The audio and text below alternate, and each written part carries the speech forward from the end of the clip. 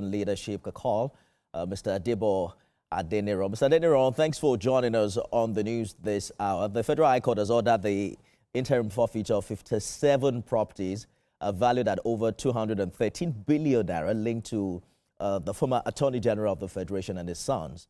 Beyond the legal process itself, how significant is this development in the broader fight against elite corruption in Nigeria, especially given the sensitive office Malami once occupied?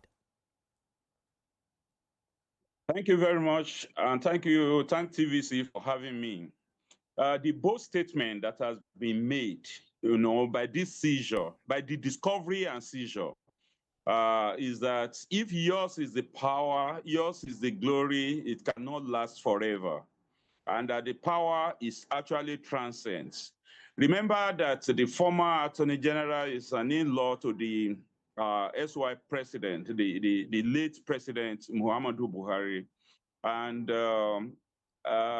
maybe I will not confirm that might be the reason why he has escaped the long hand of the law all the while, because I also know that when he wrote a letter that Buhari should stop the prosecution of the two multinationals, Shell and AGPNI, Buhari didn't agree with him, and the prosecution in Italy continued.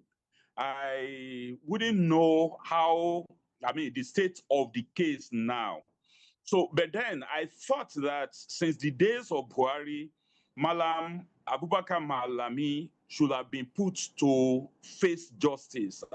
Taken to face justice, because all of these things, including the OPL 245 thing, and that is Malabu thing, Malabu oil rig, where he was actually alleged to have conspired to corner the contract and a number of other financial inducements that came from that oil rig, would have been the adequate basis to prosecute Malami.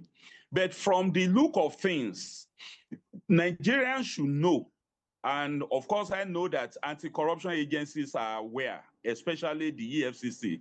Since the day of Ibrahim Magu, this case has been going on, and that is the reason why Malami wanted Ibrahim Magu to be hung, because Ibrahim Magu was he was actually investigating all the cases. And if he had had his way, Malami would have been on trial since a very long time. Now that he has been discovered to have amassed so much wealth within a very short time, and the act that set up EFCC allows EFCC to investigate anybody that is found to be living beyond their legitimate means. All right.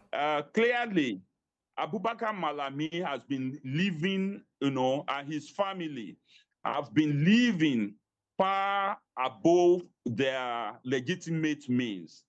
If you calculate his salary, his earnings from law practice, and everything that he inherited from his relatives, late relatives, if you put everything together, if Malami had lived for 100 years, he wouldn't have been able to amass as much wealth as have been.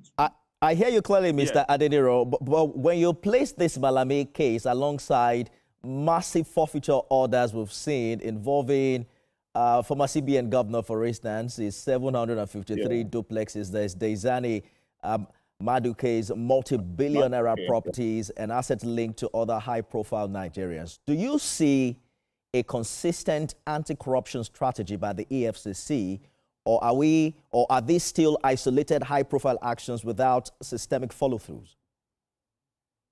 Of course, corruption in Nigeria is systemic, and it can be located within a cycle of certain elements called cabals. If you take petroleum ministers or ministers of state of petroleum. You are going to take the governor of central bank, then you take Attorney General of the Federation. If you know what happened to Nigeria through foreign interventions, you know that most cases, the Attorney General will say they are paying for consultancy. Sometimes they will just cook up some books with a view to milking Nigerian from the foreign what do you call it now? So from the foreign trade platforms. This Malabu thing involves so much. I will not be able to give you actual figures, but then so much resources went down the drain through this Attorney General, and the cover-up between Shell and Ajib ENI is also enormous.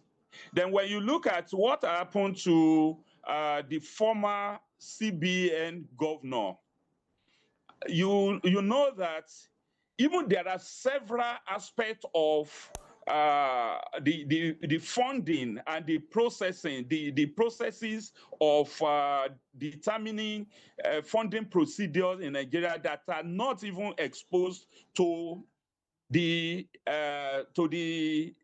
anti-corruption agencies, because in several cases the anti-corruption agencies are reactive instead of being proactive.